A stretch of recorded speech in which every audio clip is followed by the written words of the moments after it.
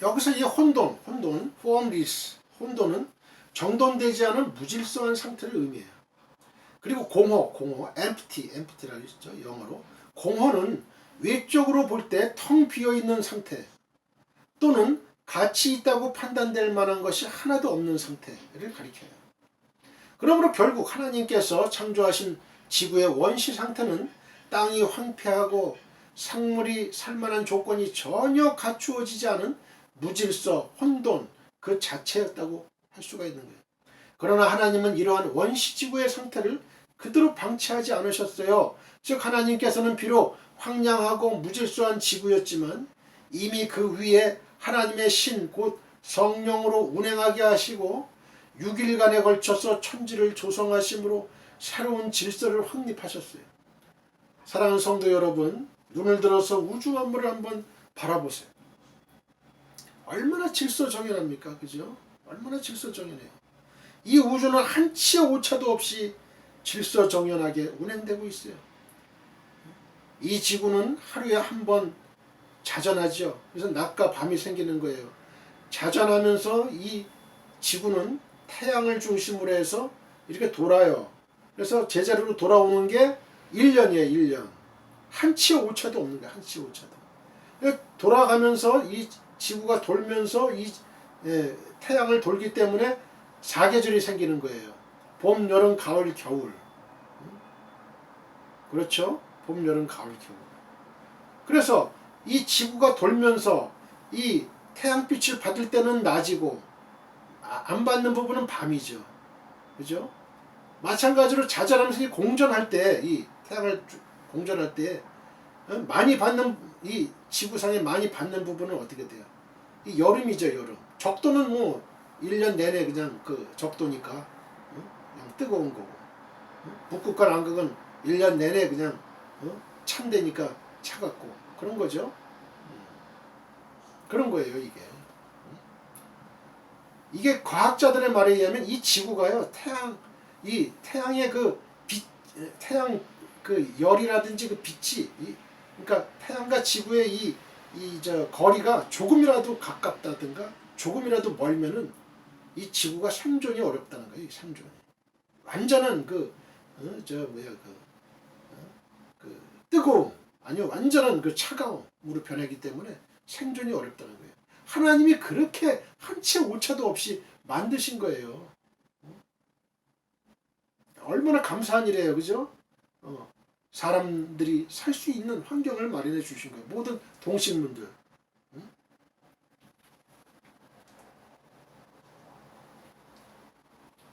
즉 하나님께서는 비록 황량하고 무질서한 지구였지만 이미 그 위에 하나님의 신고 성령으로 운행하게 하셨고요. 6일간에 걸쳐서 천지를 조성하심으로 새로운 질서를 확립하신 거예요. 이 우주는 한치의 오차도 없이 질서정연하게 운행되고 있어요. 또한 사계절은 한 번도 흐트러짐이 없이 하나님의 정하신 법칙에 따라 오며 또 가고 있어요. 이것은 하나님께서 질서의 하나님이심을 잘 보여줍니다. 질서의 하나님. 하나님은 무질서와 혼란의 하나님이 아니에요.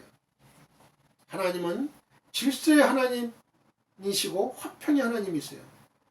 고린도전서 14장 33절. 하나님은 무질서의 하나님이 아니시오 오직 화평의 하나님이시니라. 화평의 하나님이다. 이 지구상에는 모든 에너지원이 다 있어요. 에너지원이. 에너지가 없지는 않잖아요. 우리 바람을 이어서 풍력, 그죠? 풍력 발전소, 또 물, 낙차를 이용해서 수력 발전소, 또 원자력을 이용해서 원자력 발전소. 우리가 그 인간이 만든 건 뭐예요? 전기죠, 전기. 전기. 하나님이 인간이 만든 게 아니죠. 자연에서 우리가 발견한 거 이게 그 수력과 풍력과 원자력과 이걸로 해가지고 에너지가 발생되잖아요. 에너지가 발생돼. 그래서 우리가 이 전기도 쓸 수 있고 우리가 생활이 얼마나 필요합니까? 또 전기, 자동차도 에너지를 전기로 하고, 그야말로 하나님이 주신 그 축복이에요. 축복이죠. 이 전기도요, 229 22,900V, 이게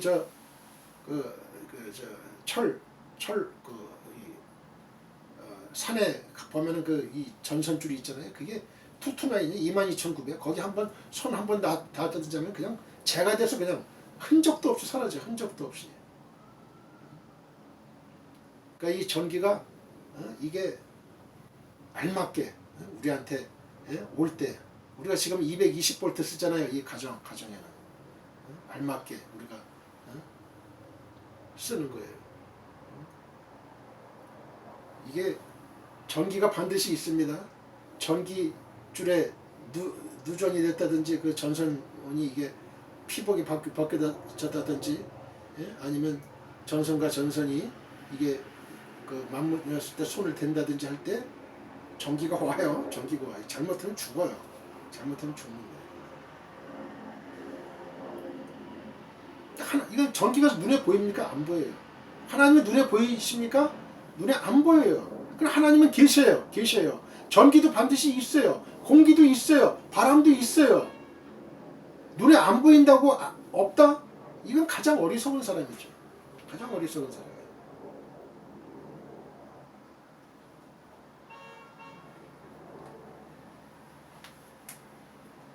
저는 그 전기기사 1급 자격증을 갖고 있는데요.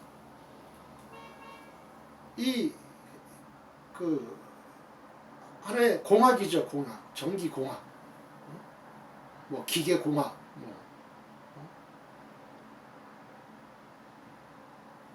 그 공학이에요. 공학.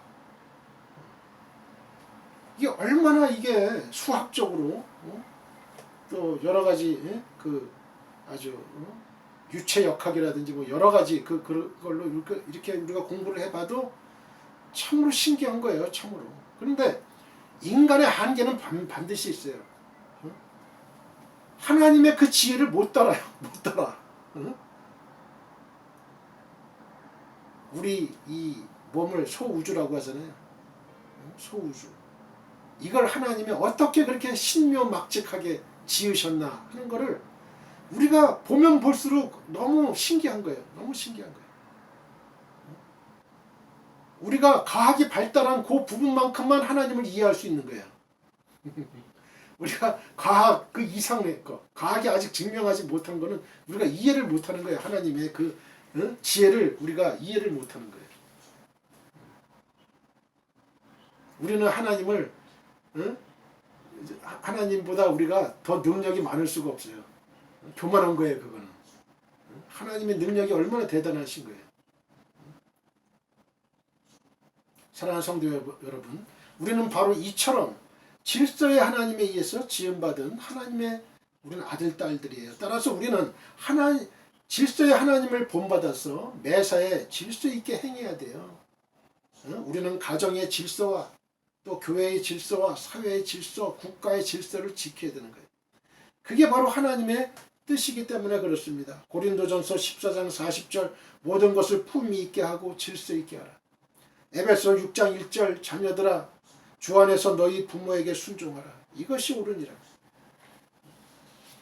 우리가 이 공학이라든지 뭐 공학 안에는 뭐 여러 가지가 있죠. 전기공학, 기계공학, 생명공학 그런 것도 있고, 생명공학 안에는 또 여러 가지 생물, 그죠? 맨델의 법칙이다 뭐다 해가지고 진화론자들이 이게 자꾸 이용하는 그런 것이죠. 이건 말이 안 되는 거예요. 진화론은 아니에요. 오히려 진화론자들은 오히려 우리의 과학이 발달하면 할수록 분자생물학적인 그런 과학적으로 우리가 증명을 해도 그건 입증이 안 되는 거예요. 이건 진화론은 틀려요. 그리고 하나님의 일하시면은 때와 순서가 있습니다. 때와 순서가 있다. 본문을 보면 하나님은 이 세상을 한순간에 다 현재와 같이 완전하게 창조한 것이 아님을 알 수 있어요. 즉 하나님은 현재와 같은 지구를 만드시기에 앞서서 먼저 혼돈하고 공허하며 흑암이 깊은 무에 있는 상태에 원시 지구를 만드시고 그 후에 비로소 6일간에 걸쳐서 차례차례로 현재와 같은 상태의 지구로 조성하신 거예요. 그러니까 저녁이 되고 아침이 되니 이는 첫째 날이니라. 저녁이 되고 아침이 되니 이는 둘째 날이니라. 이게 계속 이렇게 나오잖아요. 그죠? 물론 이것은 하나님의 능력에 어떤 제한이 있어서가 아니에요. 하나님은 말씀 한마디로 현재와 같은 지구의 모습을 능히 만드실 수가 있어요. 다만 하나님께서 그와 같이 하지 않으시고 순차적으로 지구를 조성하신 것은 하나님의 일하시면은 때와 순서가 있기 때문에 그렇습니다. 즉 하나님은 당신께서 영원전에 세우신 기쁘신 뜻과 계획에 따라서 세상을 창조하시고 또한 조성하신 거예요. 마찬가지로 하나님은 지금도 이 세상을 이끌어 가심에 있어서 당신께서 영원전에 세우신 계획에 따라 일하시는 거예요. 그러한 이유로 모든 것에는 이루는 때가 있고 패하는 때도 있고 또한 순서가 있는 거예요. 전도서 3장 1절로 8절. 특별히 하나님께서는 태초에 인류 구속의 계획을 세우시고요. 당신의 뜻 가운데서 택한 인물들을 중심으로 해서 당신의 구속사를 이끌어 오시던 중에 당신이 정하신 때가 이름에 예수 그리스도를 이 땅에 보내심으로 인류 구속을 성취하게 하셨어요.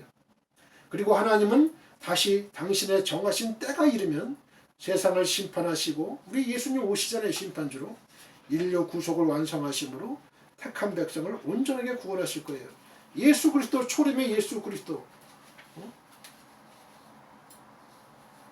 오셨고 이제는 재림의 이제 심판주로 오시는 거예요. 심판주로 예수님이.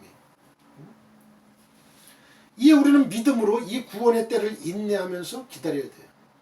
아울러 우리는 하나님의 일하시면은 때와 순서가 있음을 분명히 인식해가지고 무슨 일을 하든지 하나님의 때를 기다려야 돼요. 하나님의 때. 특히 우리는 하나님께 기도하고 응답이 없을 때 아직 하나님의 때가 이르지 아니한 줄로 믿고 하나님의 때가 이르기까지 인내하면서 간구함으로 기다려야 돼요. 계속 기도해야 돼요. 계속 기도해야 돼요. 포기하면 안 돼요. 포기하면 안 돼요. 마태복음 8장 28절 또 예수께서 건너편 가다라 지방에 가시매 귀신 들린 자 둘이 무덤 사이에서 나와 예수를 만나니 그들은 몹시 사나워 아무도 그 길로 지나갈 수 없을 지경이더라. 이에 그들이 소리질러 이르되 하나님의 아들이여 우리가 당신과 무슨 상관이 있나이까? 때가 이르기 전에 우리를 괴롭게 하려고 여기 오셨나이까 하더니 이 귀신도 아는 거예요. 귀신도 하나님의 때를 아는 거예요. 때가 이르기 전에 우리를 괴롭게 하려고 여기 오셨나이까? 요한복음 2장 4절 이 때를 모르는 건 저 인간 구원받지 못한 인간들 세상 사람들이죠. 요한복음 2장 4절 예수께서 이르시되 여자여 나와 무슨 상관이 있나이까? 내 때가 아직 이르지 아니하였나이다. 다 때가 있는 거예요. 갈라디아서 4장 4절 5절 때가 참에 하나님이 그 아들을 보내사 여자에게서 나게 하시고 율법 아래에 나게 하신 것은 율법 아래에 있는 자들을 속량하시고 우리로 아들의 명분을 얻게 하려 하십니다. 하나님은 지구를 중심으로 해서 우주를 창조하셨어요. 지구를 중심으로 해서 우주를 창조하셨다. 본문 초두에는 땅이라는 말이 언급되고 있어요. 땅. 여기서 땅은 바로 우리가 살고 있는 이 지구를 가리켜요. 따라서 성경은 1절에서 우주의 창조를 간략하게 언급한 직후에 곧바로 지구에로 그 관심을 집중시키고 있어요. 포커스를 지구로 맞추고 있어요. 이는 하나님이 우주를 창조하실 때 지구를 중심으로 창조하셨음을 시사해 줍니다. 그리고 이는 하나님께서 창조 넷째 날에 비로소 해와 달과 별들을 창조하신 사실로 확인할 수 있어요. 첫째 날 뭘 만드셨어요? 빛이 있으라 하시면 빛이 있었고, 그렇죠? 빛. 그 넷째 날에는 해와 달과 별을 창조하셨다. 결국 이는 지구가 태양계의 다른 행성들과 함께 태양의 대폭발로 말미암아서 형성되었다는 일부 인본주의적 과학자들의 주장을 정면 부인하고 있다고 하겠습니다. 물론 이것은 성경의 사실이 과학과 배치되는 걸 의미하진 않아요. 과학이 아직 하나님의 이 말씀, 이 성경 말씀이 아직 다다르지 못했기 때문에 이 과학이 입증을 못하고 있는 것 뿐이에요. 다만 인본주의적 과학자들이 허구적 가설을 진리인 것처럼 호도해가지고 전파하고 있는 것뿐이에요. 따라서 우리는 진리의 말씀인 이 생명의 사상과 배치하는 그러한 가설을 배척해야 돼요. 하이퍼세시스, 다윈의 진화론도 다 가설이에요. 가설. 생명 분자학이 생기니까 나오니까 과학이 다윈의 진화론을 다 엎어버리는 거 아니에요? 한편 과학자들에 의하면 우리 지구가 속한 은하는 100조 개 이상의 별들로 이루어져 있다고 해요. 우리 지구가 속한 은하 100조 개 이상. 100조 개가 아니고 100조 개 이상.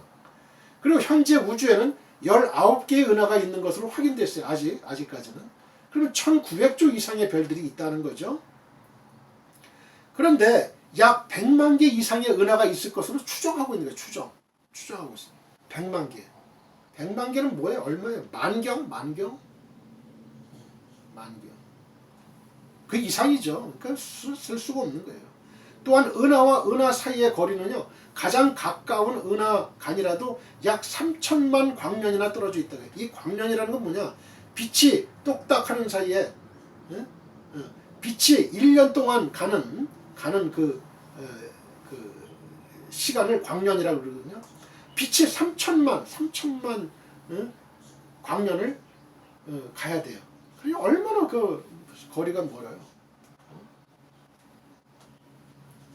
이는 하나님께서 창조하신 이 우주가 얼마나 크고 광활한지 잘 보여줄 뿐만 아니라 상대적으로 우리가 살고 있는 이 지구가 얼마나 작은 별인지 실감케 해주죠.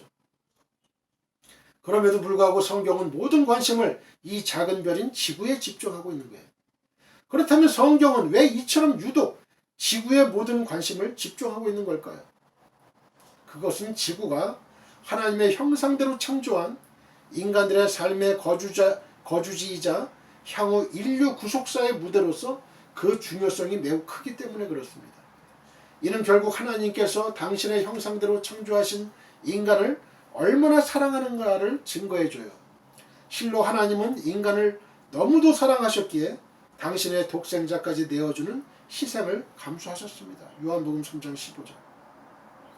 우리는 이러한 하나님의 크신 사랑을 입은 자로서 우리 또한 하나님을 사랑하며 그의 창조 목적에 부합하는 삶을 살아야 되겠어요. 시편 8편 3절로 5절. 주의 손가락으로 만드신 주의 하늘과 주께서 베풀어 두신 달과 별들을 내가 보오니 사람이 무엇이기에 주께서 그를 생각하시며 인자가 무엇이기에 주께서 그를 돌보시나이까. 그를 하나님보다 조금 못하게 하시고 영어와 존귀로 관을 씌우셨나이다. 사랑하는 성도 여러분, 원시 상태의 지구는 하나님께서 구체적으로 질서를 부여하시고 아름다움으로 단장하시기까지는 혼돈과 공허와 흑암 가운데 있음으로써 아무런 희망도 생명도 없어 보였어요. 그러나